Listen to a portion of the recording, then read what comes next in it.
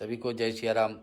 आज हम एकत्रित हुए हैं भगवान श्री हरि का पुरुषोत्तम मास का विषय में लेकर के पुरुषोत्तम मास का 13वें दिन पर भगवान श्री हरि का संक्षेप में कुछ कथा, कुछ मंत्र विधि और बाद में भगवान विष्णु का सहस्त्र नामावली और नामावली पे आप कुछ तुलसी दल, तुलसी मंजरी, पीले फूल कुछ तैयार किए हैं तो विष्णुवे नमः कह करके भगवान को अर्पण करेंगे।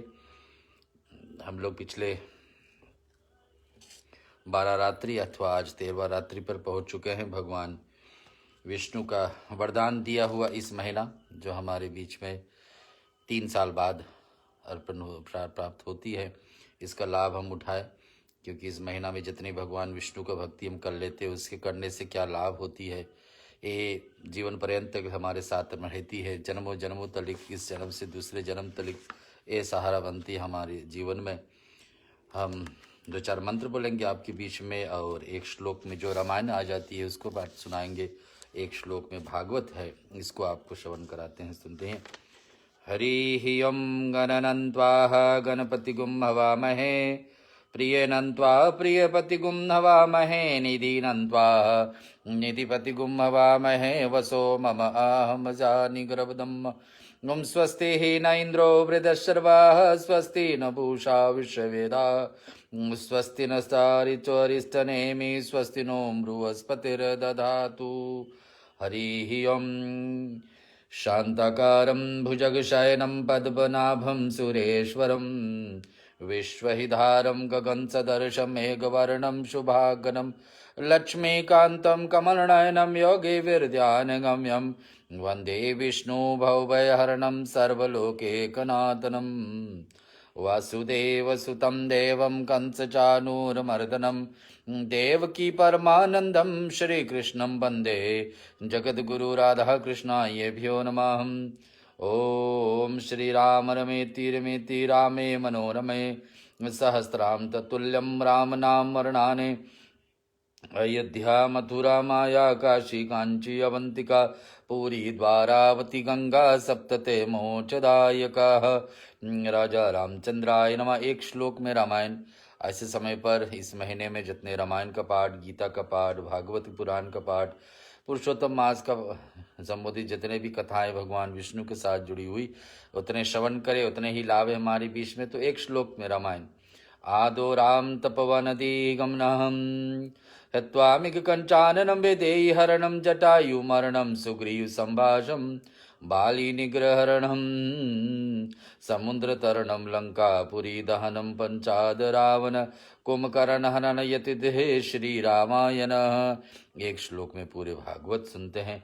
आदो देवकी देव गर्भ जननम, गोपी गृह विरदनम, मायापूतनम जीवतापहरणम, गोवर्धन धन कंसाछेदनम करवादिहिं, हनन कुंती सुतपालनम, यतित श्री भागवत पुराण कथित श्री कृष्ण लीला अमृतम। भगवान नारायण, भगवान विष्णु हमारे इस महीने को वरदान देते हुए और ऐसा कहे हैं कि इस महीने में जितने भी पाठ हम श्रवण करते हैं भगवान विष्णु राम कृष्ण के विषय में, उतने ही हमारे जीवन में पुण्य की प्राप्ति होती है। जीवन में किसी प्रकार का श्राप या दोष हो वो हट जाती है और उसके साथ साथ में दोष के साथ साथ में ऐसा पुण्य प्राप्ति होती है जो जन्मों जन्मों तक वो पुण्य हमारे साथ में रहती। भगवद गीता में हम लोग सुने थे, सर्व उपनिषदो गाओ दोग्धा गोपाल नंदनाम पार्थिवत से सुधीर भोक्ताम दुग्ध्यम गीता अमृतम महतम। कि गीता क्या है? संपूर्ण उपनिषदों गौ का रूप है, जितने ग्रंथ है ये गाय का रूप है, और जो अर्जुन उसको बछड़ा का रूप में जाकर गौ को छेड़े हैं, और दूध दुहने वाले भगवान श्री कृष्ण हैं, पीने वाले सब हम आप सब हैं। तो कहने का प्रायः है कि ये ग्रंथ, ये ज्ञान हमारे बीच में लिखी हुई है, बतलाया गया है, भगवान श्री कृष्ण के द्वारा दिया गया है। ये ज्ञान को हम जीवन में उतार करके अपने जीवन को सुधारे, भक्ति में लीन हो जाए। देवकी नंदन भगवान श्री कृष्ण का एक कहा गया एक गीता का ज्ञान एकमात्र उत्तम शास्त्र है जहाँ उपनिषदों से, वेदों से और पुराणों से छेड़ करके भगवान श्री कृष्ण गीता के ज्ञान हमारे बीच में दिए हैं। भगवान देवकी नंदन एकमात्र ऐसे देवता है, उनका नाम एकमात्र ऐसा मंत्र है जो भगवान को सर्वतः एकमात्र से कर्तव्य और कर्म है। तो हम लोग सुने यहाँ भगवत गीता में कुछ श्लोक और पुरुषोत्तम मास की कथा सुनते हैं थोड़े से। धर्म क्षेत्रे कुरुक्षेत्रे संवेताम विवित स्वाह माम काम पांडव यश्चेहम किम कुर्वतः सजय। आपको पता है कि महाभारत के समय भगवान श्री कृष्ण 5 पांडवों की तरफ है और उधर कौरव और पांडवों के बीच में युद्ध है। तो एक तरफ धर्म है, एक तरफ अधर्म है। यही हमारे जीवन में हर एक कर्म पे हमको चुनना होता है कि हम धर्म पे कर रहे हैं कर्म या अधर्म कर रहे हैं। तो अधर्म कर रहे हैं तो इधर कौरव की तरफ आप चले गए, अच्छे कर्म कर रहे हैं तो धर्म कर रहे हैं तो पांडव की तरफ और भगवान के साथ में। तो भगवान ये बता रहे कि धृतराष्ट्र सुनिए। धृतराष्ट्र बोलते हैं कि संजय, धर्म भूमि कुरुक्षेत्र में इकट्ठे हुए युद्ध की इच्छा करने वाले पांडव पुत्र को क्या है। और भगवान आपको पता है 5 पांडवों की तरफ से खड़े होकर के गीता के ज्ञान देने के लिए भगवान अर्जुन को तैयार हुए, लेकिन वही गीता जीवन में उतारने के लिए हम लोगों को बन जाती हैं कि इस दिया हुआ उपदेश को अपने जीवन में एक एक कदम पर उतारे तो हमारी यही जीवन भक्तिमय हो जाएगी और अंत में भगवान के द्वार हमारे लिए खुले रहेगी। दृष्टत्वां च तुः पाण्डवानीकं धीर दुर्योधस्तनाहम् आचार्यमप्सुम्बकं राजां वचनं ब्रवीतम्। संजय, आपको पता है भगवान श्री कृष्ण ने संजय को दिव्य आंख दिए हैं, दिव्य दृष्टि दिए हैं कि दूर से बैठकर के महाभारत को पूरा दर्शन कर सके और राजा धृतराष्ट्र को बता सके कि क्या हो रही है महाभारत में। तो संजय बोलते कि उस समय राजा दुर्योधन ने वीरचंद्र से युक्त पांडवों को सेना को देखकर द्रोणाचार्य के पास जाकर यह वचन कहते कि पश्यतम पांडु पुत्र मानायाचरम महते जमुम व्याह दुरम द्रुपदयुतम शिष्य न धीमता। हे आचार्य, आपके बुद्धिमान शिष्य द्रुपद के पुत्र धूम के द्वारे वह से आकार की खड़ी हुई पांडव पुत्रों में इस महान सेना को देखिए। इस सेनाओं के बीच में धनुष वाले तथा युद्ध के भीम में अर्जुन के समान शूरवीर सात्विकी विराट तथा महारथी राजा द्रुपद, धृष्टकेतु, चेकितान तथा बलवान काशीराज, पुरीजत, कुंती भोज और मनुष्य श्रेष्ठ शेष बलशाली और युधामनु और पराक्रमी उत्तमौजा सुभद्रा पुत्र अभिमन्यु योम द्रौपदी के 5 पुत्र ये सब महारथी हैं। हे द्विज श्रेष्ठ, अपने पक्ष में से जो प्रधान हैं उनके आप जान लीजिए। आपकी जानकारी के लिए मैंने सेना में जो सेनापति हैं उनको बताता हूँ। तो राजा धृतराष्ट्र को इधर बता रहे हैं कौन? संजय। और बीच में कहाँ पर? कुरुक्षेत्र में हो रही जो धर्म का स्थान है, धर्म भूमि हमेशा कहा जाता है कि जहाँ पर हमेशा धर्म अच्छे कर्म किया जाता है, लेकिन आज वो बदल गया है युद्ध का भूमि पे, जहाँ पर दोनों तरफ के एक ही परिवार से जुड़े हुए लेकिन अलग अलग मार्ग अपनाते हुए और एक तरफ भगवान के विरुद्ध खड़े हैं और कुछ लोग भगवान के साथ खड़े हैं। तो इधर एक एक परिचय दिया जाता है श्लोकों में, जैसे हम आपको सुनाएं। गीता का पहले अध्याय में ऐसा ही भगवान बताते हैं कि गीता का पहले अध्याय वैसे तो हम लोग गीता को कहते हैं श्रीमद् भागवत गीता, लेकिन श्रीमद् भागवत गीता श्री का मतलब है भगवान, मध्य के मतलब होता है कि मुंह से, यानी कि सीधे सीधे भगवान के मुख से निकला है तो भागवत गीता है और गरुड़ पुराण है। तो यहाँ पर एक और दो चार और श्लोक आपको सुनाते हैं, फिर पुरुषोत्तम मास की विशेष कथा पे चलेंगे। अब सब मोचों को अपनी अपनी जगह पर सिद्ध रहते हुए लोग सभी निसंदेह विषम पितामह आदि सब ओर से रखते हैं। कौरवों की यह वृद्ध बड़े प्रतापी पितामह भीष्म को दुर्योधन के हृदय में हर्ष उत्पन्न करते हुए उच्च स्वर में सिंह की दहाड़ के समान गज करके शंख बजाते हैं। कुछ लोग अपने अपने कर्तव्य को और कर्म को पालन करते हुए अलग अलग जगह चुने हैं। भीष्म पितामह की इच्छा न रहते हुए भी फिर भी दुर्योधन की तरफ है, अधर्म की तरफ खड़े हैं, क्योंकि उन्हीं का राज सम्मान देने के लिए। भगवान श्री कृष्ण पहले अध्याय में कुछ भी नहीं बोलते हैं, पहले अध्याय में सुनते हैं कि ही अर्जुन को क्या कहने का है। तो कहने का प्राय हमारे जीवन में जब दुख आपत्ति पड़ती है तो हम अपने जीवन में यही सोचते हैं, अपने अपने से उपाय ढूंढ लेते हैं कि क्या क्या उपाय हमको करना चाहिए। कोई भी उपाय नहीं सूझता है तो अंत में भगवान के शरण में पड़ते हैं कि भगवान आप ही इनका उपाय हमारे बीच में छोड़े। तो ऐसे ही यहाँ पर अर्जुन का दशा होती। 5 पांडवों में गांडीवधारी अर्जुन, जिसका रथ को हटाने के लिए भगवान श्री कृष्ण राजी हुए थे। एक समय महाभारत युद्ध से आरंभ होने से पहले 18 दिन का महाभारत युद्ध था और 18 दिन में ही 18 अध्याय का भागवत गीता है। लेकिन युद्ध आरंभ होने से पहले एक बार भगवान अपने शयन कक्ष में आराम कर रहे थे। इधर युद्ध की सारी तैयारी हो चुकी थी। तो पहले भगवान श्री कृष्ण के पास में अर्जुन आते तो अर्जुन भगवान के पैर के पास खड़े हो जाते हैं। इधर दुर्योधन बाद में आते तो भगवान के सरब के पास खड़ते। तो भगवान का आँख खुलती है तो भगवान पहले अर्जुन को देखते हैं, अर्जुन से पूछते कि क्या चाहिए आपसे। अर्जुन कहे से कि नहीं, दुर्योधन को पहले अवसर दिया जाए। तो दुर्योधन कहते ने कि मैं अर्जुन कहते तो अर्जुन ने यही प्रश्न मांगे कि भगवान मुझे आप चाहिए, युद्ध में, जीवन में, भक्ति आराधना में भगवान आप चाहिए। यही तो ज्ञान लेने की इसमें बात है कि हम सभी को भगवान चाहिए, सेना के क्या। तो और लेकिन इधर दुर्योधन का समय आया मांगने के लिए। दुर्योधन से भगवान पूछे कि आपको क्या चाहिए। दुर्योधन ने कहा कि मुझे तो आपकी सेना चाहिए। तो भगवान सेना तो दे देते हैं, लेकिन भगवान के बिना सेना भी कोई काम का नहीं। तो इधर भगवान राजी हो जाते कि किसके साथ में रहेंगे, अर्जुन के साथ में और 5 पांडवों के साथ में, 5 पांडवों के साथ में जुड़ी हुई धर्म। और इधर पहला अध्याय का श्लोक को कुछ आपको दर्शन कराए थे, क्योंकि इस महीना ही ऐसा है कि भगवान विष्णु का भक्ति इसमें किया जाए। तो इस महीने में जितने भी भगवान का कुछ न कुछ, गीता का, रामायण का, भागवत का श्लोक जो हम सुनेंगे तो उतना ही लाभ है। सुनते हैं कि उत्सन्न कुल धर्मनानाम मनुष्यानाम जनार्दना नरकेत नियंताम वासो भवित है यत् अनुशुभम। हे जनार्दन, जिनका कुल धर्म नष्ट हो गया ऐसा मनुष्य को अनिश्चित काल तक नरक में वास होता, ऐसा हम सुने हैं और जानते हैं। तो अर्जुन अपने हिसाब से भगवान को समझा रहे हैं कि भगवान, मैंने ये बात सुने हैं और माने हैं कि कुल में अगर जो कोई भी जल देने वाला बाद में नहीं रह जाएंगे, पीढ़ी के पीढ़ी, एक एक पीढ़ी सब नष्ट हो जाएंगे, तो कुल का वंश पूरे नाश हो जाएंगे, सब के सब नरक में ही पड़े रहेंगे, कोई दूसरा कुल को तारने वाला नहीं होगा। तो अगर हम युद्ध में जाते हैं तो कितने लोग मारे जाएंगे, कितने निर्दोष लोग मारे जाएंगे। तो इस युद्ध को हटाने के लिए कोई उपाय होता तो बताते। उससे पहले भगवान श्री कृष्ण अर्जुन को समझा चुके थे कि प्रयास हर एक प्रकार का हो चुकी है, लेकिन महाभारत की युद्ध हट नहीं सकता। अब जो होना है सो होना ही है।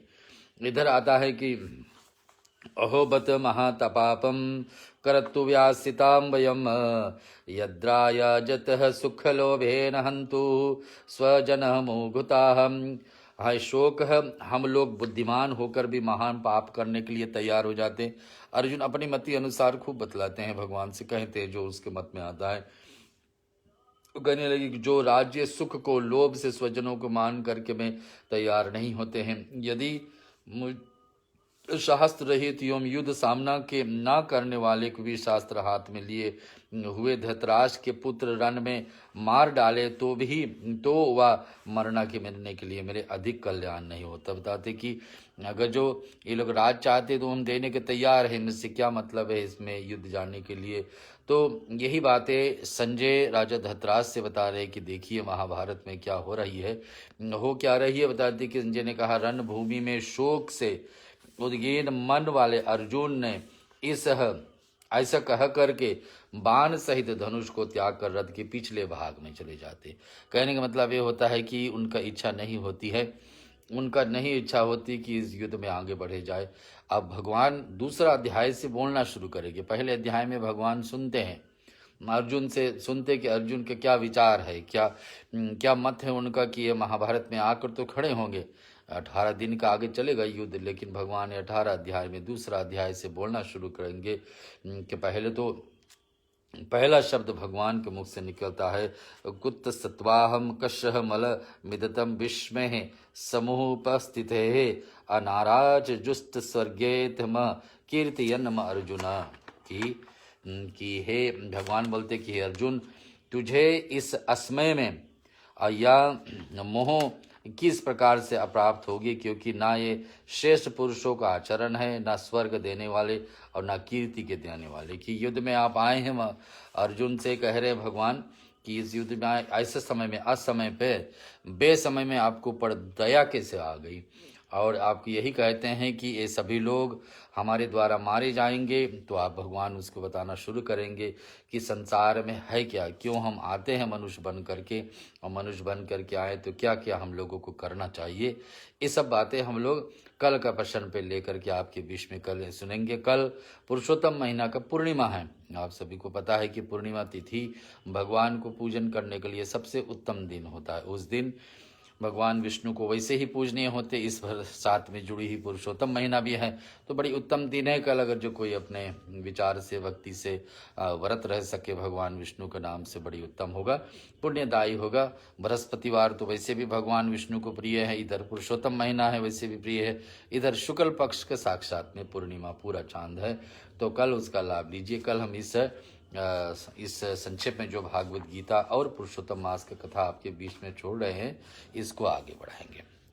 एक हम सुनते हैं कल दृष्टांत जो हम बता रहे थे आपसे, पुरुषोत्तम महीना में, इसी महीना में कल जहाँ पर छोड़े थे उसको आगे करते। पहले तो भगवान बहुत सारे महात्म इसमें बताए कि इसी महीना में जितने भी दान आप करते हैं, गरीबों को आंसू पोंछते हैं, गौ का सेवा करते हैं, तुलसी के पत्र या मंजरी भगवान को अर्पण करते हैं, तो इतने ही भगवान प्रसन्न होते हैं।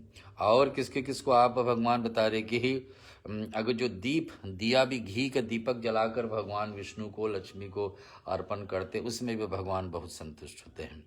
इधर तीर्थ यात्रा करके अगर जो जल स्नान, तीर्थों का जल, गंगा, यमुना, सरस्वती, सरयू तीर्थ आदि ऐसे जलों में भी स्नान करके इस समय बड़ी पुण्यवान होती। लेकिन ऐसे हमारे अभाग्य है कि इस वर्ष ऐसे यात्रा नहीं हो रही है, सब बंद है, लेकिन फिर भी यहाँ भगवान बताए। लेकिन एक जगह पर पुरुषोत्तम मास की महात्म में कथा आ गई है कि एक बंदर ने 3 दिन स्नान किए और उसको कैसे कल्याण होगा। एक जन्म में वो ब्राह्मण था, लेकिन कुकर्म में लग गए और उल्टे कर्म में लग गए, तो अंतिम में जाकर जब यमराज के यहाँ पहुँचे तो चित्रगुप्त ने बताया कि भगवान ये था तो ब्राह्मण, लेकिन बड़े बुरे से बुरे कर्म किए। ब्राह्मण को भगवान गीता में, भगवान रामायण में गुरु वशिष्ठ कहते हैं, और गीता में श्री कृष्ण कहते हैं कि ब्राह्मण को 6 कर्म को अपने आप को जीवन में ध्यान रखना चाहिए। पहला क्या है? ज्ञान ले और ज्ञान दे, दूसरे को भी ज्ञान दे और स्वयं ले। कहाँ कैसा ज्ञान? शास्त्रों के ज्ञान, जो ज्ञान हमको सुलभ से मिल जाए वैसा मार्ग लोगों को दिखाए। दूसरा क्या है? यज्ञ करे और यज्ञ कराए। यज्ञ स्वयं भी अपने करे, ये नहीं कि दूसरे के लिए कराए स्वयं अपने ना करे, या अपने ही करे दूसरे के लिए नहीं कराए, ये दोनों ठीक नहीं, दोनों करना है।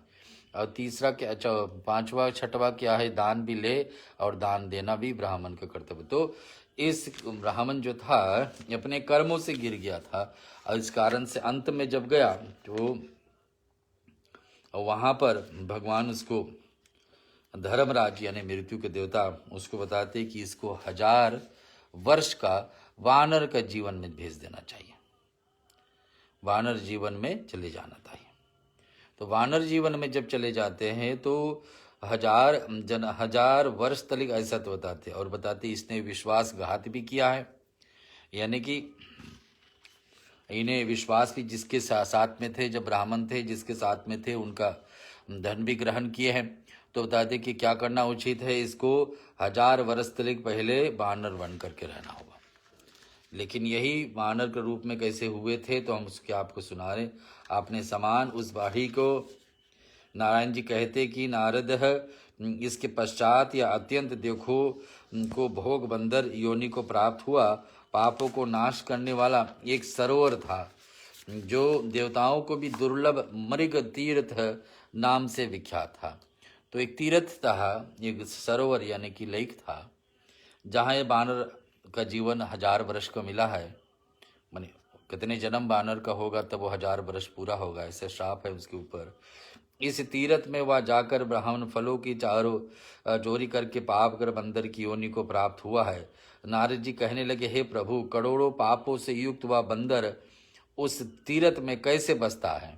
तो नारद मुनि का भी प्रश्न है भगवान से। और यहाँ पर बता रहे कि श्री नारायण बोलते कि चित्रकुंडल नाम वाला कोई वैश्य था, तो उसकी तारका नाम का एक स्त्री थी। इन दोनों के पुरुषोत्तम मास करते हुए पुरुषोत्तम मास चला जाता है। पिछला दिन आने पर स्त्री सहित चित्रकुंडल ने अत्यंत प्रसन्नता के साथ उद्घापन किया और उद्घापन करने के निमित्त स्त्री सहित वेद वेदांत के जानने वाले ब्राह्मण को बुलाया। इनाजर वहां धन के लोभ में से कंजूस ब्राह्मण भी पहुंचा और उस उद्घापन विधि समाप्त होने पर चित्रकुंडल वैश्य ने स्त्री सहित ब्राह्मणों को अत्याधिक दान देकर प्रसन्न हुए। उसके बहुत से दी हुई दक्षिणा से ब्राह्मण अति प्रसन्न होकर अपने अपने घरों को चले गए। श्रोताओं, की कथा हम आपको बता रहे हैं कहाँ से, श्री पुरुषोत्तम मास के महात्म से, कि जो महीना हमारे बीच में चल रही महीना है पुरुषोत्तम महीना है। तो बड़ी त्याग्या हुआ महीना, किसी महीना को कोई भी नहीं कुछ करना चाहते थे शुभ कर्म, तो इस महीना का लेकिन भगवान विष्णु अपने में इसको समेट लेते, अपना नाम देते हैं।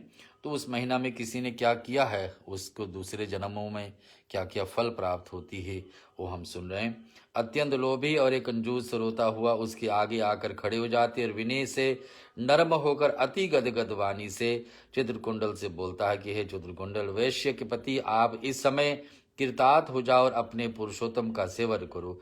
ब्राह्मणों को बहुत सा धन दिया, किंतु तू मुझ भाग्यहीन को क्यों नहीं कुछ दिया है।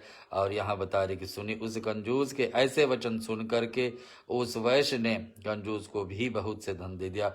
उस ब्राह्मण ने इस धन को लेकर पृथ्वी में गाड़ दिया।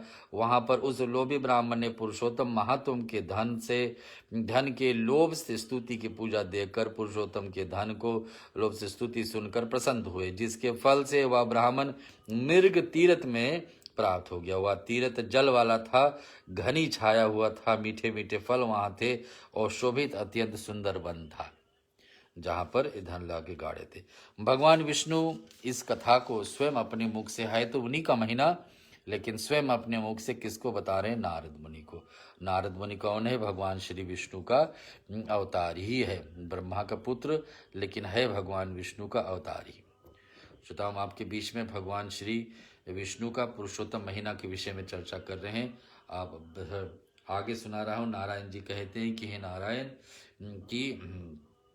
कि हे नारद मुनि, अब श्री रामचंद्र जी के, आपको कथा सबको पता है भगवान श्री रामचंद्र का विषय में बता रहे कि भगवान रामचंद्र जी ने जो समुंदर में पुल बांध करके, सेतु बांध करके, आज के ज़माना में जो तमिलनाडु साउथ इंडिया में है वहाँ से लेकर के इस श्रीलंका तक सेतु बांधे थे और बांध रहे थे। तो रावण के मारे जाने पर ब्रह्मा, शिव, इंद्र आदि सब देवताओं ने प्रसन्न होकर श्री रामचंद्र जी को वर मांगने के लिए कहा। तो रामचंद्र जी ने क्या वरदान मांगे, जब इतना बड़ा दुर्व्यचार करने वाला रावण को वध किए भगवान श्री राम ने, और उनको वरदान में मुख्य मुख्य देवताओं आ करके वरदान देने के लिए तैयार हो गए, तो उनके शरीर जीवित कर दो। किसका शरीर जीवित कर दो, बताते कि वहाँ पर शूरवीर बानर जितने थे, तो भगवान विष्णु प्रार्थना करते हैं देवताओं इंद्र आदि से कि ऐसा अमृत का वर्षा करिए कि जो शूरवीर बानर जो भगवान को युद्ध में सहायता प्रदान किए हैं, इनको फिर जीवित किया जाए और उनको शीघ्र ही जीवित कर दो। इतना सुनते ही देवताओं ने अमृत की वर्षा करके सब बानरों को जीवित कर दिया। जीवित होकर सारे बानर जय जयकार करने लगे। फिर श्री रामचंद्र के विमान में बैठ करके चारों ओर खड़े हुए बानरों को कहने लगे, जहाँ जहाँ पर मेरे ये बहुत काल तक जीने वाले बानर बसेंगे, वहाँ वहाँ पुष्प फल वाले वृक्ष को हो जाएंगे।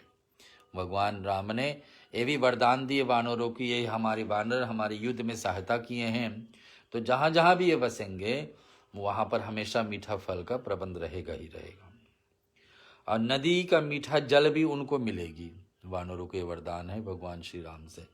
शीतल सुंदर सरोवर भी होंगे, ऐसा सरोवर, ऐसे लेक भी बने रहेगी जहाँ पर उनको जल का पान। मेरी आज्ञा से तुम सब जाओ और तुमको कोई नहीं रोकेगा।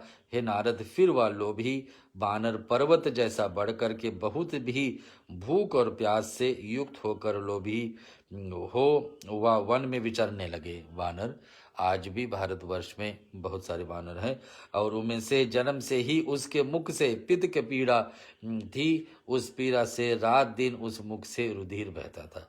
लेकिन एक ब्राह्मण जिसके बारे में कथा आज चल रही है, एक बानर जिसके बारे में कथा चल रही है, और वो बानर का मुख में पीत का पीड़ा था, श्रापित था, पहले जन्म में ब्राह्मण था, पहले जन्म में ब्राह्मण था, तो उल्टे कर्म के कारण 1000 वर्ष श्राप मिल गया कि तुम बानर बन के रहोगे।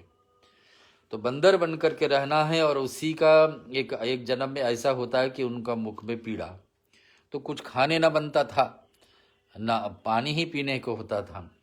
तो उस पीड़ा से वो रात दिन उनके मुख से खून ही बहता था, रुधिर चलता ही रहता था और अत्यंत पीड़ा युक्त होकर कुछ भी नहीं खा सकता था ना। वह बानर चपलता वश श्रेष्ठ फलों को तोड़ता था और मुख से निकट ले जाकर बहुत से फलों को फेंक भी देता था। इस प्रकार से नित्य प्रति निराहार करते हुए देव वेग से पुरुषोत्तम मास आ गया और उस मास में भी वह उसी तरह शीत वायु आदि से पीड़ित रहा। तो ऐसे पूजन पाठ करते करते क्या एक समय आ गया, यही महीना आ गया पुरुषोत्तम महीना। भगवान अपने दृष्टि से सभी को एक बराबर देखते हैं। गीता में भगवान बार बार इस बात को दोहराते हैं। हमारे ही कर्म, बुरे और अच्छे कर्म ही हमारे जीवन में दुख और सुख बनाने की साधन होता है। तो भगवान यह बता रहे कि इस बानर चाहे जैसे भी था, पिछले जन्म में जो कर्म किए थे उसके कारण से इस जन्म में हम ब्राह्मण का रूप धारण किए हैं, और यहाँ पर बता रहे हैं कि उसको ऐसा दुख की पीड़ा समय चल रही है और आ गया इस महीना पुरुषोत्तम महीना, तो उस मास में भी वह उसी तरह शीत वायु आदि से पीड़ित रहता था। ऐसा बीमारी, ऐसा रोग उसको सताते थे वानरों को। कोई एक समय कृष्ण पक्ष में गहन वन में विचरता हुआ वह प्यासा अमृत जैसा कुंड के जल को पीने के समर्थ नहीं होता था। यानी कि वन में विचरता था और जल पीने की इच्छा रखते हुए भी पिया नहीं जाता था, कितने रोग थी उसको। तो ऐसा होता है कि वह चपलता वश वृक्ष के ऊपर चढ़ जाता था, परंतु भूख से व्याकुल होकर वो पेड़ को ऊपर चढ़ता था, फिर उतरता था और 5 दिन बाद उसका मृत्यु प्राप्त होगी। एक बानर के विषय में कथा भगवान विष्णु स्वयं अपने मुख से नारद मुनि को बता रहे हैं कि अपने 1000 वर्ष का उम्र मिले ही बानर का, और उसके बाद में कैसे भगवान पुरुषोत्तम मास का पूजन अनजाने में उनसे हो जाती है और भी क्या वरदान मिलती है। सुनिए, वो 5 दिन बाद मृत्यु हो जाते हैं, तभी वे विमान पर बैठ करके जाते। जो नाचती हुई अप्सराएं सुंदर गाते हुए गंधर्व किन्नरों को से सुशोभित है और इस प्रकार से सुंदर शरीर को धारण कर वह महाभाग वानर अपने शरीर को देखकर अत्यंत आश्चर्य हो जाते हैं। प्राप्त होते कहने लगे कि ये तो मुझे महापापी था और किया विमान का सुख कहाँ से प्राप्त हो जाता है, कि अंतिम क्षण में हम क्या करते हैं। श्री कृष्ण गीता में कहते हैं कि अंतिम क्षण में हम क्या करते हैं, शरीर छोड़ने से पहले वो बड़ी महत्व रखता है। इसी कारण से कहा जाता है कि हमेशा अच्छे ही करो, हमेशा अच्छे ही बोले। तो अच्छे बोले, अच्छे करे, अच्छे सोचे, ये तीनों चीज़ बराबर रखेंगे तो कभी हम बिगड़ेंगे नहीं। दूसरे में भगवान श्री कृष्ण गीता में कहते हैं कि हम लोगों का मृत्यु का कभी नहीं पता कब होगा। तो जिसके लिए पता नहीं कब है, तो हमेशा अच्छा बोलने वाला, अच्छा सोचने वाला, अच्छा करने वाला, तो जब भी मृत्यु घसेगा उस समय आप अच्छे किए होंगे तो वैसे ही दशा होनी। ये बानर के साथ में ऐसा ही हो रहा है, ये बानर के साथ में ऐसा ही हो रहा। अंतिम क्षण में 5 दिन अनजाने में व्रत हो जाती है और उसी 5 दिन के अंदर जो 3 दिन और है वही सरोवर में स्नान कर लेते हैं, जो अमृत जैसा सरोवर था। तीर्थ का जल जिसमें भरी हुई थी, उस तीर्थ में स्नान करके फिर ये बांदर ने शरीर छोड़ते हैं। और विमान पर बैठ कर जब जा रहा है तो सोचना मैंने पुण्य तो क्या किया, मैंने तो कभी कोई सकृत किया ही नहीं जिससे हरिष्टि के स्थान प्राप्त हो रहा। उस लोभी ने ऐसा वचन सुनकर दूत कहने लगे कि क्या तुमने भारी कार्य नहीं किया है? हे प्रभु, सबसे उत्तम मास कैसा नहीं जाना जाता है? ये पुरुषोत्तम मास तो नाम विष्णु का ही प्रिय है और महापवित्र है, और उसमें से तुमने ऐसा तप किया होगा तब देवताओं को भी प्राप्त नहीं होती है। हे महाराज, वन में सुंदर देह को तुमने इस प्रभाव को नहीं जाना, अनजाने में भी मुख के रोग से तुम्हारा निराहार वर्त हो जाता। कि अनजाने मुख में रोग था, मुंह में घाव थे, और उस कारण से वो उपवास करना पड़ा। तो कभी काल हम लोग कभी जीवन में ऐसे आती, कितने लोग ऐसे रोग पीड़ित रहते हैं, चाहे अस्पताल में या घर पर, फिर अंत में शरीर छोड़ देते। तो आखिरी समय पर व्रत पूजन भी करते करते व्रत बिना अनजाने में नहीं चाहते हुए भी पूजा पाठ कोई कर देता है तो भी वो लाभ को प्राप्त है। ये वानर के जीवन में ऐसा हुआ, नहीं जानते थे कि कौन महीना है, पुरुषोत्तम महीना है नहीं उस समय, और ये भी नहीं पहचान था कि उस महीने में उनसे उत्तम पूजा हो रही है पुरुषोत्तम मास का, क्योंकि व्रत हो गई, उधर तीर्थ वाले जल में स्नान हो गई, और इधर अंत समय में हर एक व्यक्ति के मृत्यु के अंत समय में चाहे भगवान के दूत आके लेंगे उनसे तो भगवान के धाम ले जाएंगे, अन्यथा यमदूत आएंगे तो यमराज के पास ले जाएंगे। सीधे सीधे ही बात है। तो ये बातें भगवान श्री लक्ष्मी नारायण भगवान विष्णु समझा रहे हैं। नारद मुनि के अंतिम समय में किया हुआ कर्म इस वानर को भी सदगति प्रदान करते हैं और पुरुषोत्तम महीना का लाभ लेते हैं। एक उस दिन हम लोग कथा में सुने थे कि कैसे एक ब्राह्मण था, दूसरा एक ब्राह्मण की कथा आता है, उसके नाम है सुदेव, उसके पत्नी का नाम है गौतमी, और दोनों भगवान की भक्ति में बहुत लीन थे। और एक समय की बात है कि आपको मेरी बात स्मरण न हो तो बता दिए, विधाता ने जितना सुख दुख मस्तक पर लिखा है वही तो मिलता है, तो हे रामानाथ ने इसमें क्या कर सकते हैं।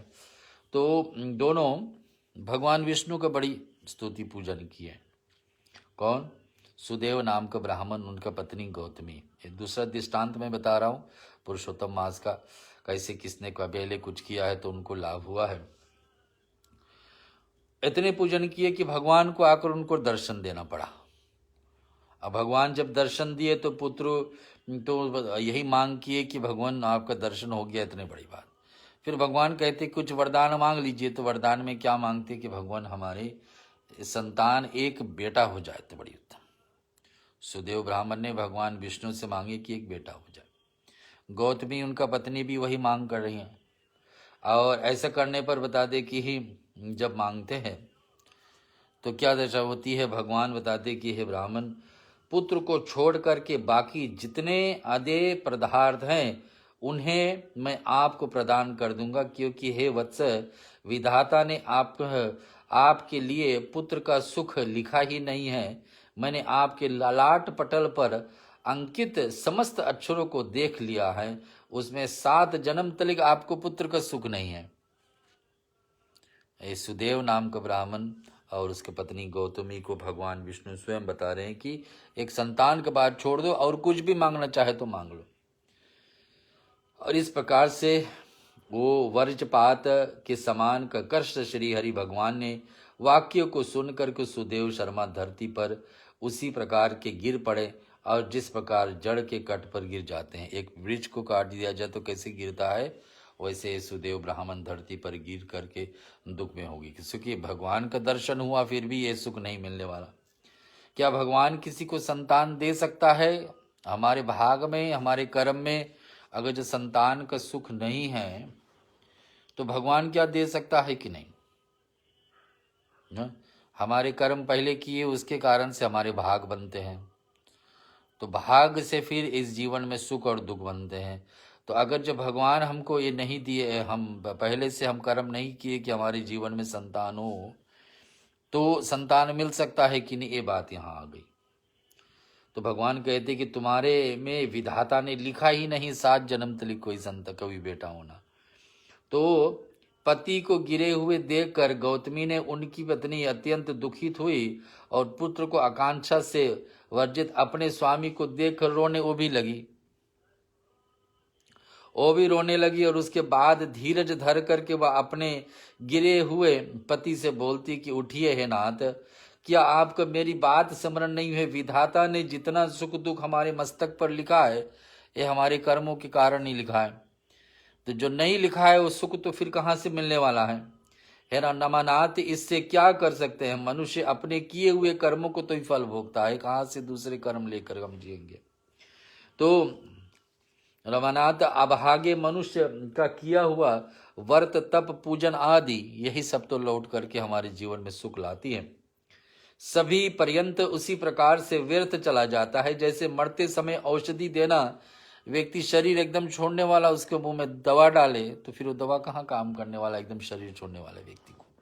तो वैसे अपने पत्नी गौतमी समझा रहे अपने पति सुदेव को कि देव जिसके प्रतिकूल हो जाते हैं वह चाहे जो भी कर ले उसके उद्योग निष्फल होगा, जितने भी प्रयास करे, और वह चाहे जो भी कर ले। समस्त वेद शास्त्रों में यज्ञ दान तप सत्य और व्रत करने का अपेक्षा हरि भजन करना श्रेष्ठ कहा गया है, किंतु हरि भजन में से भी श्रेष्ठ क्या है?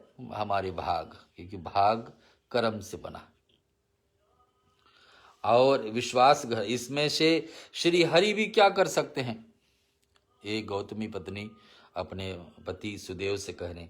इस प्रकार गौतमी के तीव्र शोक से भरे हुए वचनों को सुन करके गरुड़ भगवान विष्णु जी से कहने लगे। उस समय शोभ के कारण थर थर कांपने लगे।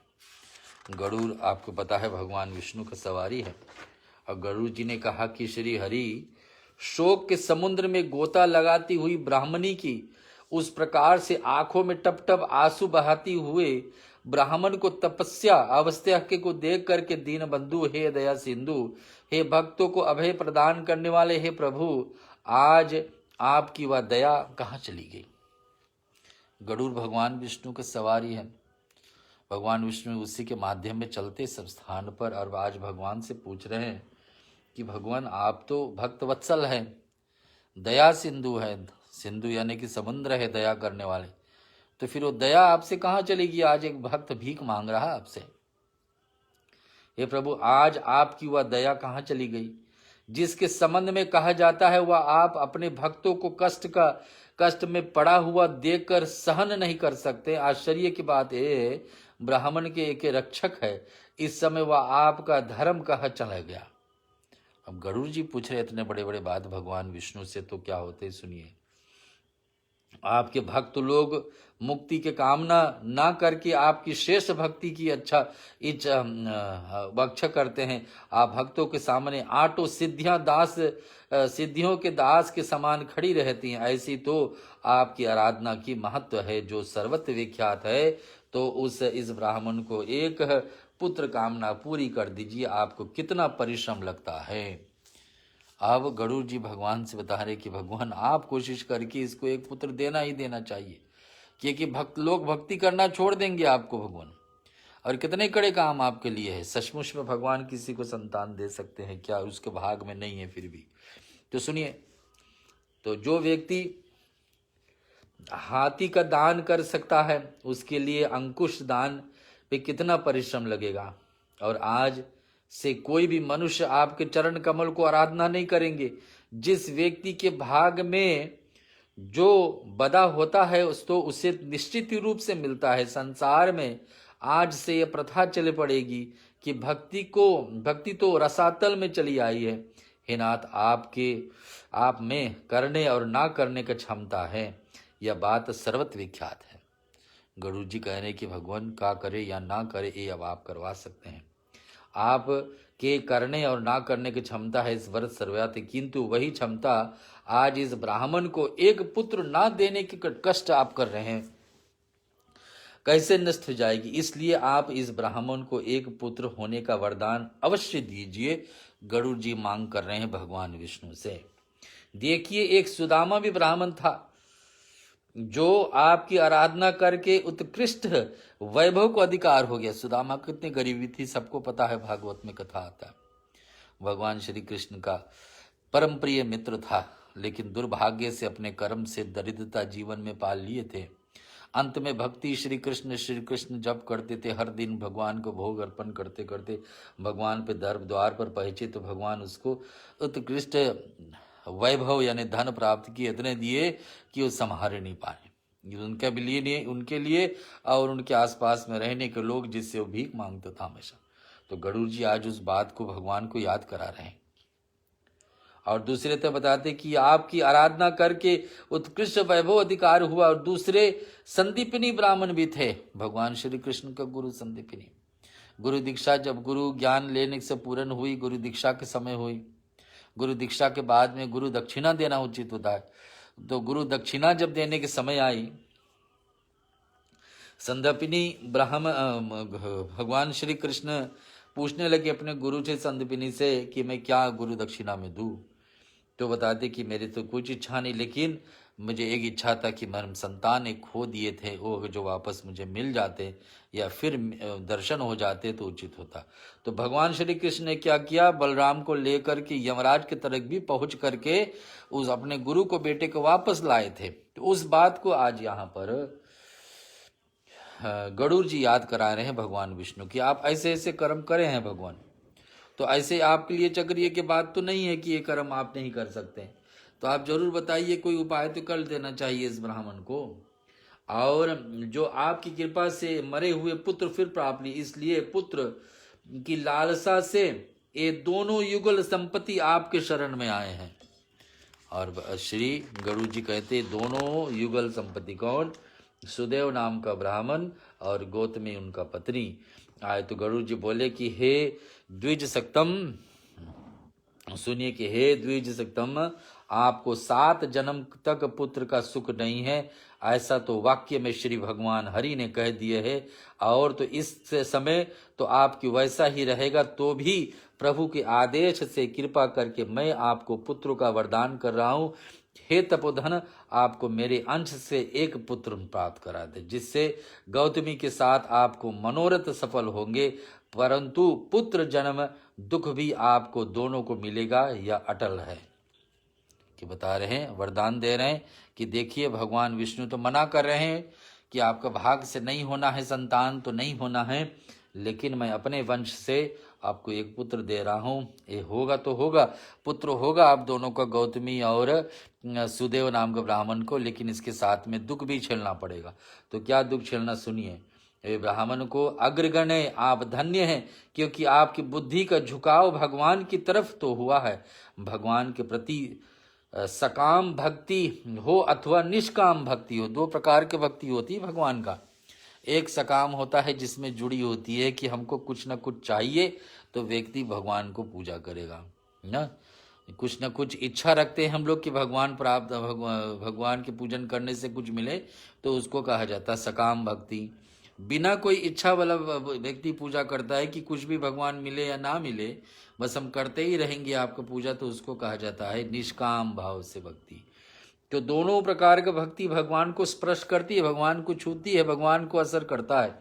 तो यहाँ बतवा रहे हैं कि देखिए ऐसा क्षण भंगुर जीवन को पाकर जो व्यक्ति भगवान के चरणों में आपका हृदय में ध्यान करते हैं वे धन्य हैं। इस अत्यंत दुस्तर संसार सागर से तारने वाले श्री हरि के अतिरिक्त और कोई दूसरा नहीं है, ऐसा कहने को सुदेव और गौतमी को मिल रहा है। सुनिए, भगवान श्री हरि की कृपा से लेश मात्र ही से मैंने आपको पुत्र दे होने को वरदान दिया है। अब आप अपने मन में श्री हरि का चिंतन करते हुए सुख पूर्वक जीवन व्यतीत करिए और उदासीन भाव से ना किसी का लेना न किसी के देना, इस भावना से 7 संसारिक सुखों को उपभोग करिए। ब्रह्म ऋषि महर्षि वाल्मीकि भगवान राम को जो बच्चों का बेटों का गुरु हैं, वे बोलते हैं कि ऐसा अलौकिक वर देकर युगल दंपति को देखते देखते शीघ्र ही गरुड़ पर आरूढ़ होकर भगवान विष्णु अपने वैकुंठ को चले जाते हैं।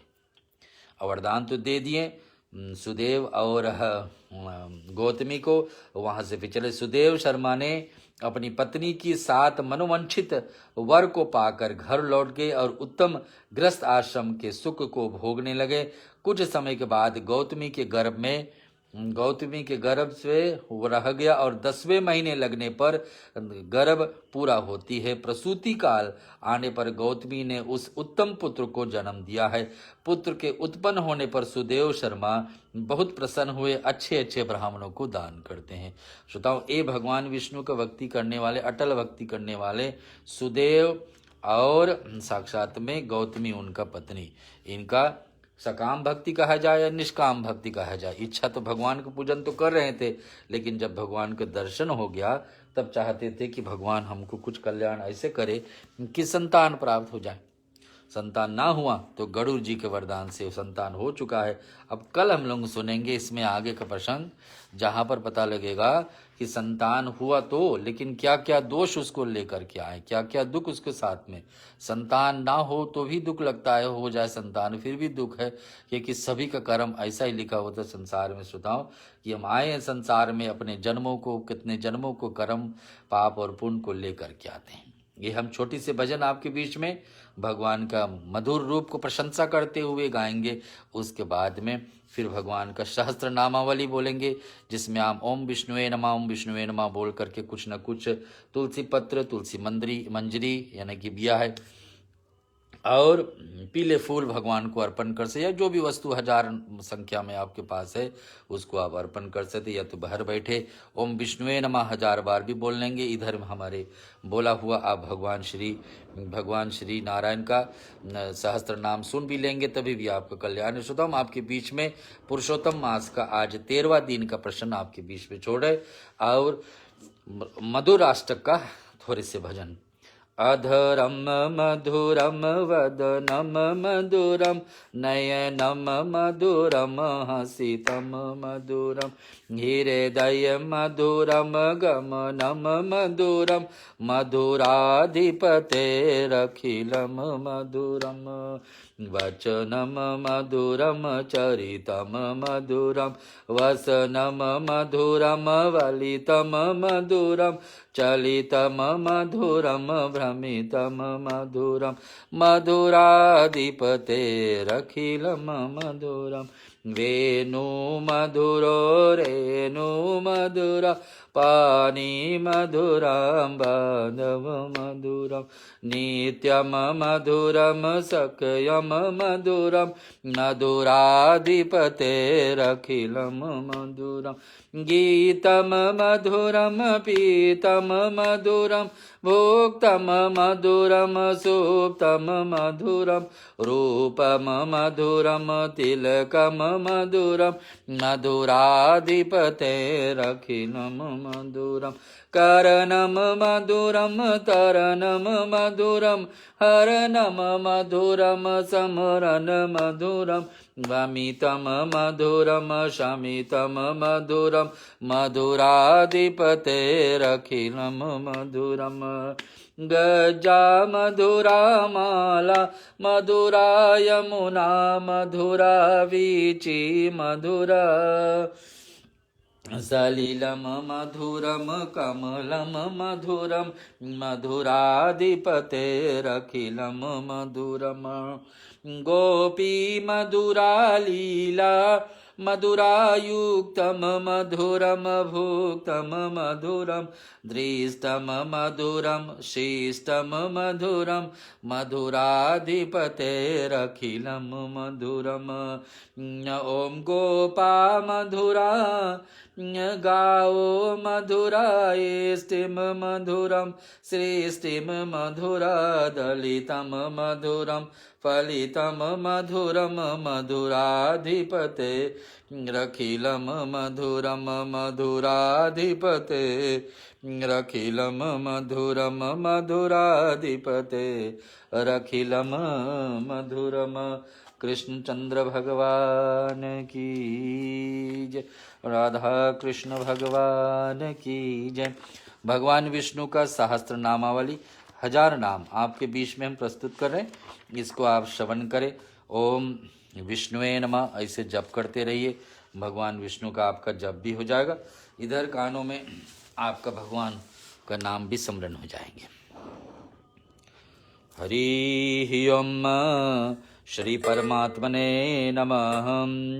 ओम विश्वस्मै नमः, ओम विष्णुवे नमः, ओम विष्णुत्कराय नमः, भव प्रभवे नमः, भूतकृते नमः, भूतवृते नमः, भवाय नमः, भूतात्मने नमः, भूतभावनाय नमः, ओम भूतात्मने नमः, परमात्मने नमः, मुक्तानां परमगते नमः, ओम अव्याय नमः, पुरुषाय नमः, साक्षिणे नमः, ओम चित्रज्ञाय नमः, अचराय नमः, योगाय नमः, योग विद्यानेत्राय नमः, ओम प्रधान पुरुषेश्वराय नमः, नरसिंहवपुषे नमः, ओम श्रीमते नमः, केशवाय नमः, ओम पुरुषोत्तमाय नमः, सर्वस्मै नमः, ओम सर्वाय नमः, शिवाय नमः, स्थनवे नमः, ओम भूतादे नमः, निध्याव्ययाय नमः, ओम संभवाय नमः, भावनाय नमः, भद्रे नमः, ओम प्रभवाय नमः, प्रभुवे नमः, ईश्वराय नमः, स्वयंभुवे नमः, ओम शंभुवे नमः, आदित्याय नमः, पुष्करक्षाय नमः, महास्वनाय नमः, ओम अनादिनिध्याय नमः, धात्रे नमः, विधात्रे नमः, ओम धात्वे उक्तमाय नमः, अप्रेमाय नमः, हर्षिकेशाय नमः,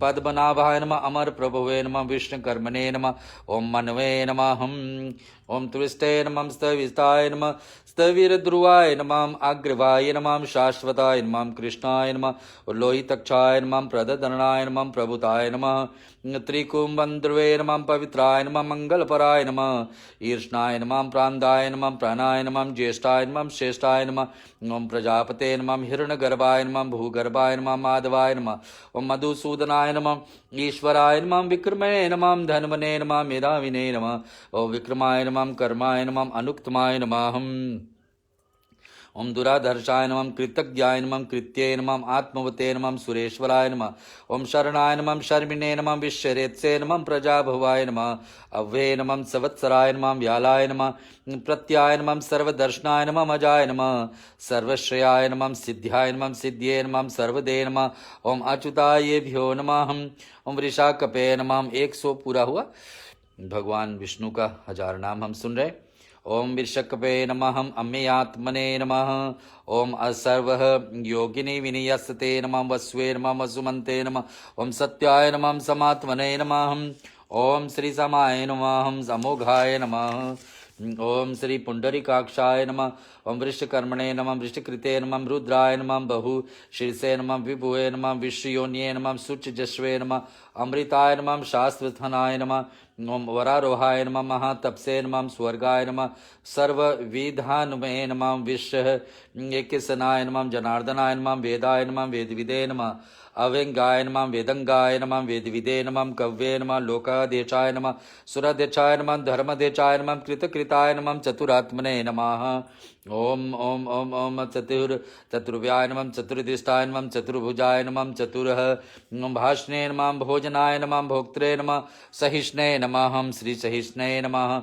ओम श्री जगदाजिजाय नमः, अनगाय नमः, जिज्याय नमः, जेत्रे नमः, विश्योने नमः, पुण्यवर्षवे नमः, उपेन्द्राय नमः, वामनाय नमः, प्रांशवे नमः, अमोघ्याय नमः, शुचे नमः, ऊर्जिताय नमः, ओम अतीन्द्राय नमः, संग्रहाय नमः, सर्गाय नमः, ध्रियात्मने नमः, नियमाय नमः, ओम यमाय नमः, वेगाय नमः, वेगाय नमः, सतियोगिने नमः, विरग्ने नमः, माधवाय नमः, ओम मध्वे नमः, अतीन्द्राय नमः, महामयाय नमः, ओम महोत्साहाय नमः, महाबलाय नमः, महाबुद्धिये नमः, ओम महावीराय नमः, महाशक्तिये नमः, महागुरुते नमः, अनिदेर वपुषे नमः, ओम श्रीमते नमः, अमे आगतमने नमः, महाद्रीदृशे नमः, ओम महेशवासाय नमः, महीभद्राय नमः, ओम श्रीनिवासाय नमः, सक्तंगते नमः, अनिरुद्धाय नमः, सुरानंदाय नमः, ओम गोविंदाय नमः, गोविंदपते नमः, मरीच्ये नमः, दमनाय नमः, हंसाय नमः, सुप्रणाय नमः, भुजगोतमाय नमः, हिरण्यनाभाय नमः, ओम हिरण्यनाभायेभ्यो नमः। ओम भुजगतमाय नमः, हिरण्यः सुतः पसे नमः, पद्मनाभाय नमः, प्रजापते नमः, अमृतवे नमः, सरदृशाय नमः, सिंहाय नमः, संधात्रे नमः, संधिमते नमः, सित्राय नमः, अजाय नमः, दुर्मशनाय नमः, शास्त्रे नमः, विश्वात्मने नमः, सुरारिघ्ने नमः, गुरुवे नमः, गुरुत्तमाय नमः, ब्राह्मणे नमः, सत्याय नमः, सत्यपराक्रमाय नमः, निमेषाय नमः, अनिमिषाय नमः, वरत्रः ग्रीवने नमः, वाचस्पते उदारिद्ये नमः, अग्रणे नमः, ग्रामणे नमः, श्रीमते नमः, नेयाय नमः, नेत्रे नमः, ओम नेत्रे नमः, श्रीः नेत्रे नमः, श्रीः समीरपाय नमः, सहस्रमूर्धने नमः, विषात्मने नमः, विषात्मने नमः, सहस्रछाय नमः, सहस्रपदे नमः, मारुणताय नमः, निर्वात्मने नमः, सेवताय नमः, श्री नारायणाय नमः संप्रदाय नमः अस्य सर्वतकराय नमः ब्रह्वे नमः अनिलाय नमः ओम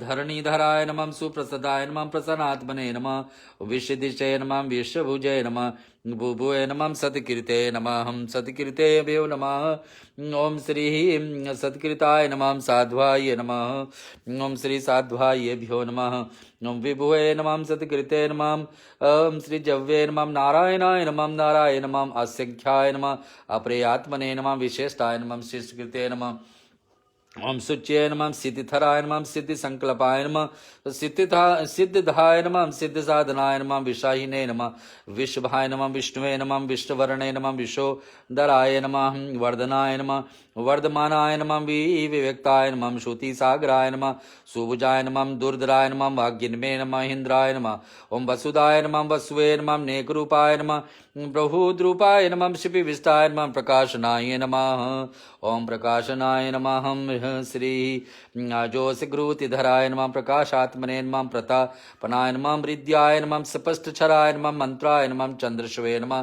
भास्कर गुते नमः अमृत शुद्रभाय नमः भानुवे नमः ओम शचबिंदुवे नमः सुरेश्वराय नमः औषधाय नमः जगत सेतुवे नमः सत्य धर्म पराक्रमाय नमः भूत भवनाथाय नमः ओम पावनाय नमः अनलाय नमः ओम कामधने नमः कामकृते नमः कांताय नमः कामाय नमः कामप्रदाय नमः ओम प्रभुवे नमः युगादिकृते नमः। भगवान विष्णु का सहस्त्र नाम हम सुन रहे हैं, 1000 नाम, 300 पूरा हो रहा है, आगे 700 शेष रहेगी, आप उसको श्रवण करें। ओम विष्णुवे नमः घर पर ही बैठे बैठे आप बोलते रहें, अथवा कुछ अर्पण करने भगवान को तो और अच्छे हैं। आगे हम सुनते हैं 300 से आगे।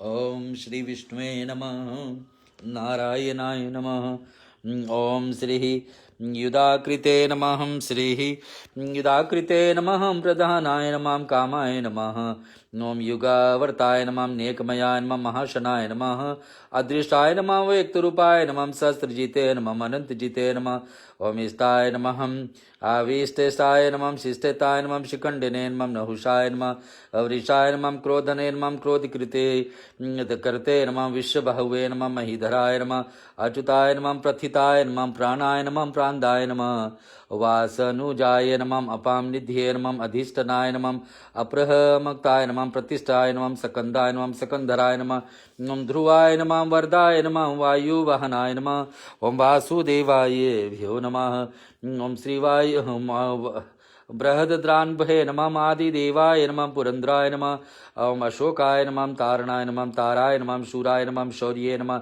जनेश्वराय नमः मनुकुलाय नमः ओम शतवर्ताय नमः पद्मिने नमः पद्मनिवेशाय नमः पद्मनाभाय नमः अरविंदचाय नमः पद्मगर्भाय भ्यो नमः ओम शरीरभूतविदे नमः द्रिवे नमः श्रद्धाय नमः वृदात्मने नमः महाशाय नमः ओम गरुध्वजाय नमः मतुलाय नमः शर्भाय नमः ओम भीमाय नमः समेज्ञाय नमः हविहराय नमः ओम सर्वलक्षणाय नमः लक्ष्मीवते नमः ओम समित्यज्याय नमः विचाराय नमः रोहिताय नमः ओम मार्गाय नमः हेत्वे नमः दामोदराय नमः ओम सहाय नमः महीधराय नमः महाभागाय नमः वेगवते नमः अमितशनाय नमः उद्भवाय नमः शोभनाय नमः देवाय नमः ओम श्री गर्भाय नमः परमेश्वराय नमः कारणाय नमः ओम कत्रे नमः विकत्रे नमः गहनाय नमः गुहाय नमः वेवस्याय नमः व्यासथनाय नमः संसथनाय नमः स्थानदाय नमः ओम ध्रुवाय नमः परद्रिये नमः परम सपष्टाय नमः तुष्टाय भ्यो नमः परम सुष्टाय नमः धनतना स्थानदाय नमः ध्रुवाय नमः परद्रिये नमः ओम श्री परम सपष्टाय नमः तुष्टाय नमः पुष्टाय नमः शुभेशनाय नमः ओम रामाय नमः विरमयाय नमः विरजसे नमः मार्गाय भ्यो नमः ओम श्री मार्गाय भ्यो नमः ओम श्री विरजसे नमः नेयाय नमः नयाय नमः अनेयाय नमः वीराय नमः शक्तिमते श्रेष्ठाय नमः ओम धर्माय नमः धर्म विमुक्ताय नमः श्री वैकुंठाय नमः ओम श्री पुरुषाय भ्यो नमः ओम प्राणाय नमः प्रांताय नमः प्रणवाय नमः ओम पृथ्वे नमः हिरण्यगर्भाय नमः शत्रुधनाय नमः ओम व्याप्ताय नमः वायुवे नमः अधोच्छेजाय नमः क्रीडित्वे नमः सुदर्शनाय नमः कालाय नमः परमेष्टि नमः परिग्रहाय नमः उग्रायेभ्यो नमः संवत्सराय नमः दक्षाय नमः विषमयाय नमः विषदचिनाय नमः विस्तारणाय नमः स्थ वरस्थायिने नमः प्रवणाय नमः बीचवाह्याय नमः अथराय नमः अनर्थाय नमः महाकोशाय नमः महाभोगाय नमः ओम महाधनाय नमः अनिर्विरणाय नमः सविष्टाय नमः अभुवे नमः धर्मयूपाय नमः ओम महामखायेभ्यो नमः नक्षत्रमे नमः ओम नक्षत्रिणे नमः शमाय नमः समीहनाय नमः यगाय नमः इज्याय नमः महेज्याय नमः कृत्वे नमः सक्त्राय नमः ओम सक्तांगते नमः सर्वदर्शिने नमः विमुक्ताय नमः स्वर्ग्याय नमः ज्ञानवक्तमाय नमः सुरविताय नमः सुमुखाय नमः सुष्माय नमः सुघोषाय नमः सुखदाय नमः सुदे नमः मनोहराय नमः जितक्रोधाय नमः वीरबाहुवे नमः ओम विदारणाय नमः स्वपनाय नमः स्ववशाय नमः वापिने नमः नेकात्मने नमः हम श्री नतवत्सरायभ्यो नमः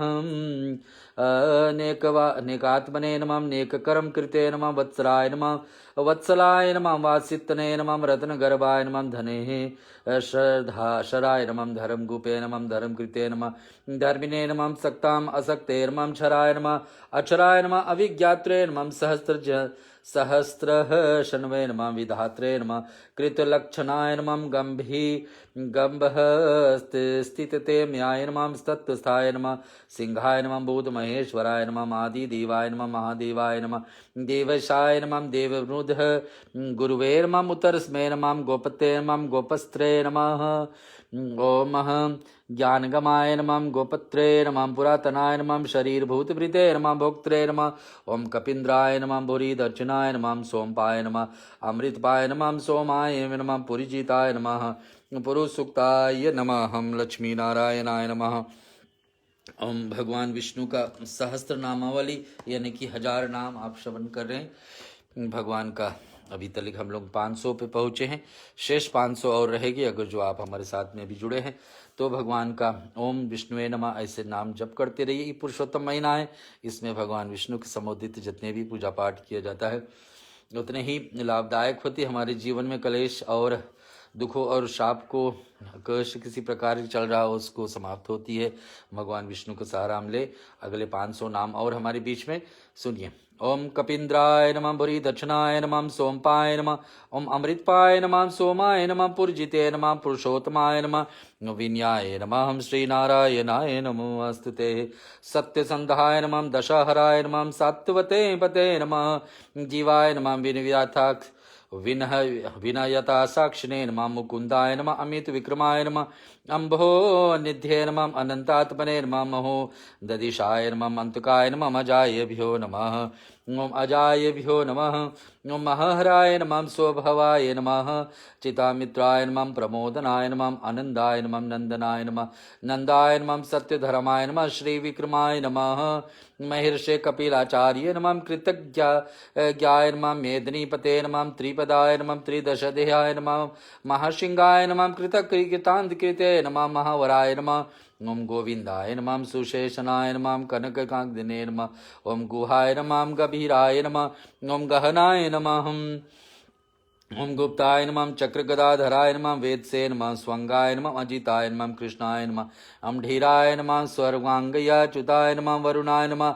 वारुणाय नमः वृक्षाय नमः पुरुषः करक्षाय नमः मामंसे नमः ओम भगवते नमः भगधने नमः आनंदिने नमः ओम वनमालिने नमः हलायुधाय नमः आदित्याय नमः ज्योतिर्विद्याय नमः सहिष्णे नमः गतिसक्ताय नमः सुधन्वे नमः ओम खंडपर्श्वे नमः दारुणाय नमः द्रवीण प्रदाय नमः दिवि सपृष्टे नमः सर्वदिग्यसाय नमः वाचस्पते आयो निजाय नमः त्रिसाम्रे नमः सामगाय नमः साम्रणे निर्वाणाय नमः ओम भेषजाय नमः भीषजे नमः संन्यासकृते नमः हम भगवान श्री नारायणाय नमः क्षमाय नमः शांताय नमः निष्ठाय नमः शांत्यै नमः ओम परायणाय नमः शुभंगायेभ्यो नमः ओम शांतिदाय नमः श्रीपृष्ठे नमः कुमुदाय नमः कुबेलेशाय नमः ओम गोहिताय नमः गोपत्रे नमः गोपस्त्रे नमः वृषभाषाय नमः वृषप्रियाय नमः अनः अनिवर्तिने नमः निर्वात्मने नमः संक्षेप्यत्रे नमः क्षेमकृते नमः शिवाय नमः श्रीवत्सः श्रीवत्ससे नमः श्रीवासाय नमः श्रीपते नमः श्रीमतां वराय नमः श्रीदाय नमः श्रीशाय नमः श्रीनिवासाय नमः ओम श्रीनिध्ये नमः श्रीविभुवानाय नमः श्रीधराय नमः ओम श्रीकराय नमः श्रीयसे नमः श्रीमते नमः लोकद्रेक्षाय नमः स्वस्थाय नमः स्वंगाय नमः शतानंदाय नमः ओम नंदिने नमः ज्योति गणेश्वराय नमः विजितात्मने नमः अविधेयात्मने नमः सद्कीर्ते नमः ओम सिंचंचयाय नमः उदीर्णाय नमः सर्वतजस्विषे नमः ओम अनिशायभ्यो नमः ओम शाश्वतसितराय नमः भूष्याय नमः भूषणाय नमः ओम भूते नमः विशोकाय नमः शोकनाशनाय नमः अर्चिष्मते नमः ओम अर्चिताय नमः कुंभाय नमः विषात्मने नमः विशोधराय नमः ओम अनिरुदाय नमः ओम अपरेतरथाय नमः प्रधुमाय नमः अमित विक्रमाय नमः कालनेमि निग्ने नमः ओम वीराय नमः शौर्ये नमः शूर्जनेश्वराय नमः त्रिलोकात्मने नमः त्रिलोकेशाय नमः ओम केशवाय नमः केशग्ने नमः हरे नमः कामदेवाय नमः ओम कामपालाय नमः कामिने नमः कांतिकाय नमः कृतगमाय नमः अनिदेर्वपुषे नमः विष्णुवे नमः वीराय नमः ओम अनंताय नमः धनंजय नमः ओम धनंजय नमः ब्रह्मणे नमः ओम ब्रह्मकृते नमः ब्रह्मणे नमः ब्राह्मणे नमः ब्रह्मवीरवदनाय नमः ओम ब्रह्मविदे नमः श्री ब्रह्मविदे ब्रह्मविदने नमः ब्रह्मविदे नमः ब्राह्मणाय नमः ब्रह्मणे नमः ब्राह्मज्ञाय नमः ओम ब्राह्मण प्रियाय नमः महाकर्मणे नमः महाकर्मणे नमः महातेजसे नमः महोर्गाय नमः महाकृत्वे नमः महायंजनवे नमः महायज्ञाय नमः महाहविषे नमः सत्वाय नमः स्तव प्रियाय नमः स्तोत्राय नमः स्तुते नमः स्तोत्रे नमः रण प्रियाय नमः पूर्णाय नमः पुरीत्रे नमः पुण्याय नमः पुण्यकीर्ते नमः अनामयाय नमः भो मनोज्याय नमः तीर्थकराय नमः वसुरेत्से नमः वसुप्रदाय नमः वसुप्रदाय नमः वसुदेवाय नमः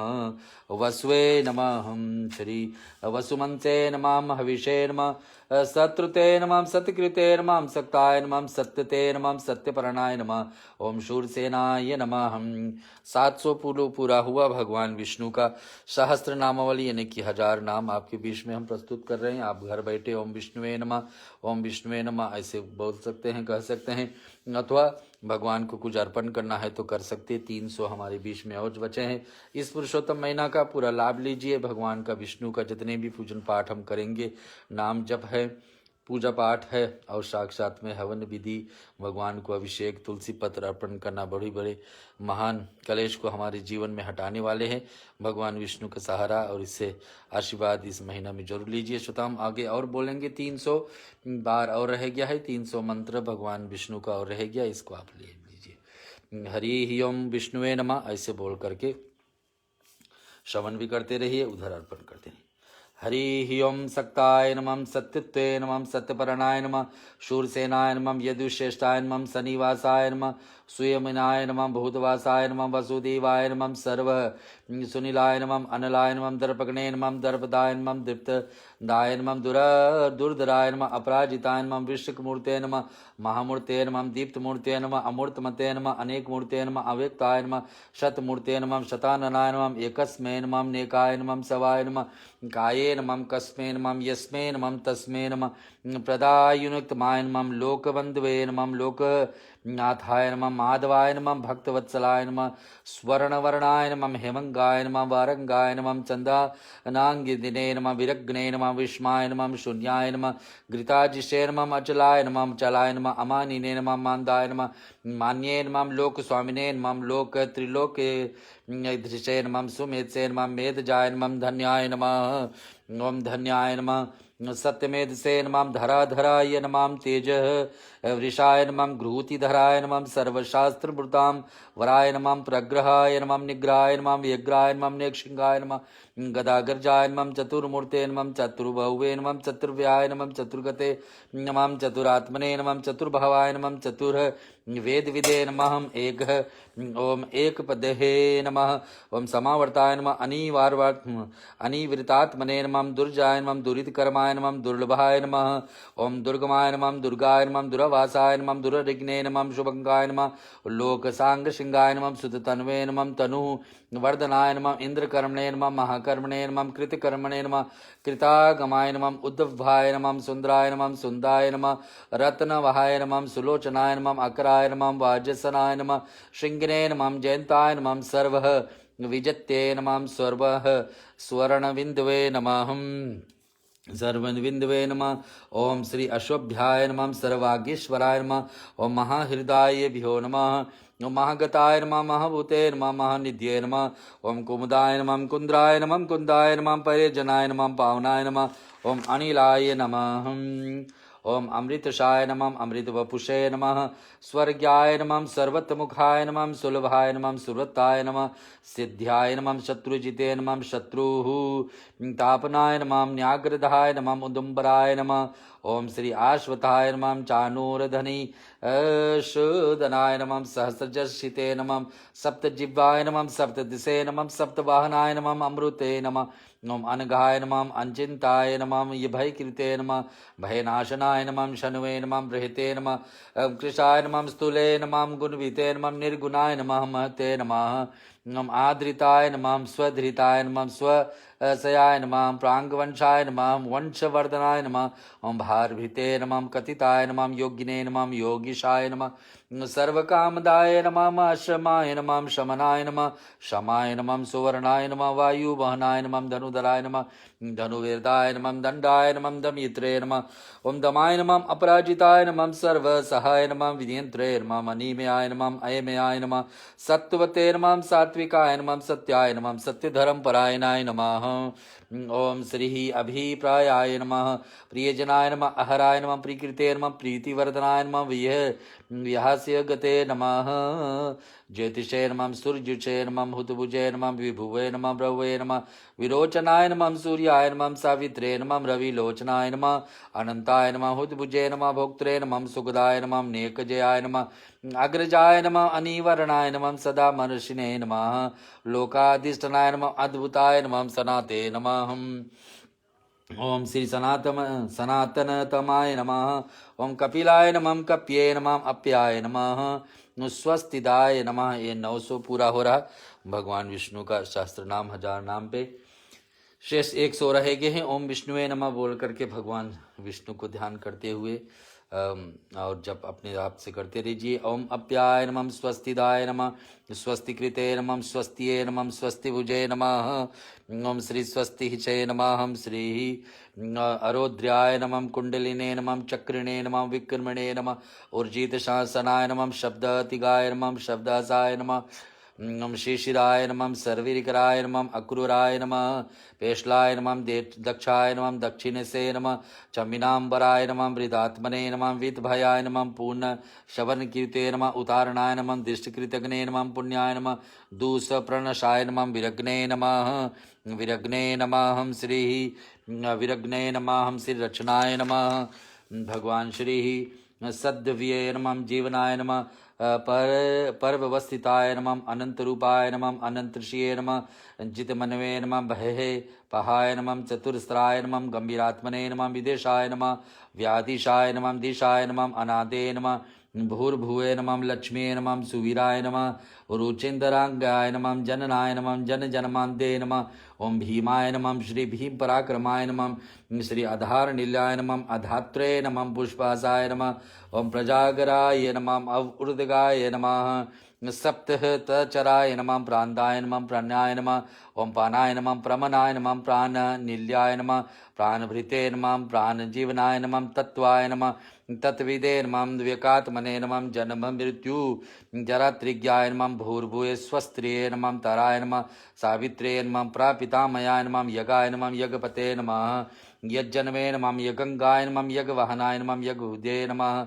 यज्ञकृते नमः यज्ञिने नमः यज्ञिने नमः यज्ञभुजे नमः यज्ञसाधनाय नमः यज्ञान्तकृते नमः यज्ञगुहाय नमः अनाय नमः अनादये नमः अनात्मयोनिये नमः स्वयं जाताय नमः वैखानाय नमः हम सामः गायनाय नमः हम देवकी नंदनाय नमः श्रेष्ठते नमः शीतिशाय नमः पापनाशनाय नमः शंकवृते नमः ओम आनंदिने नमः चक्रिणे नमः शंखदिन्वे नमः गदाधराय नमः रथंगपनाय नमः अशोभ्याय नमः हम सर्वप्रहन युधानाय नमः इति श्री महाभारते अनुशास्त्रनः श्रीति महाभारते अनुशास्त्रवर्णम श्री विष्णु सहस्रनामावली संपूर्णम लक्ष्मी नारायणाय नमोस्तुते। श्रोताओ, आपको बीच में भगवान श्री विष्णु का सहस्त्र नाम हम प्रस्तुत किए हैं। भगवान को तुलसी दल तुलसी मंजरी अर्पण करके अब हम लोग चलते हैं भगवान की आरती की तरफ।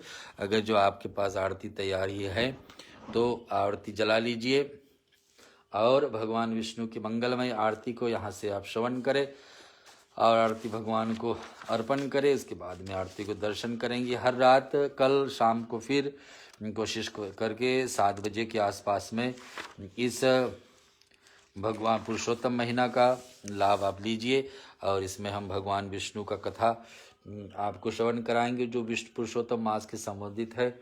और कथा श्रवण कराने के बाद में थोड़े से भजन कीर्तन और उसके साथ साथ में भगवान विष्णु का सहस्त्र नामावली। अगर जो आप कल तैयारी बना सकते हैं भगवान को कुछ अर्पण करने के तो अच्छी रहेगी, क्योंकि भगवान को जिस समय भी जितना भी लाभ लिया जाए उतना अच्छा है। जीवन में कलेश दुखों को दाश करते हैं। भगवान विष्णु का नाम हम लोग सुनते आए कथाओं में। एक दिन पहले दिनों में पहले जन्मों में भी किसी न किसी भगवान पुरुषोत्तम का भगवान विष्णु का पुरुषोत्तम रूप का कथा को सुने हैं, जीवन में भक्ति आराधना किए हैं तो दूसरे जन्म में कितने अच्छे लाभ प्राप्त हुए। दूसरे जन्म का इस जन्म में भी लाभ प्राप्त हो सकता है। भगवान विष्णु का जितने भी पूजन आप करेंगे उतना इस महीने में लाभ ही लाभ है। हम चलते हैं आरती की तरफ। अगर जो आरती सजा लिए हैं तैयार कर लिए हैं तो उसको आप भगवान को प्रस्तुत करें। लक्ष्मी नारायण भगवान की जय। ओम जय जगदीश हरे। ओम जय जगदीश हरे। स्वामी जय जगदीश हरे। मायातीत महेश्वर मन वचन बुद्धि परे। ओम जय जगदीश हरे। आदि अनादि अगोचर अविचल अविनाशी अतुलय अनंत अनामय अमित शक्ति अविनाशी। ओम जय जगदीश हरि। अतुलय कलय अक्षय अभय अविकारी सुचतित सुखमय सुंदर शिव सत्ताधारी। ओम जय जगदीश। विधिवध विधि हरि शंकर गणपति सूर्य शक्ति रूपा विश्व चराचर तुमहि विषभूता। ओम जय जगदीश हरे।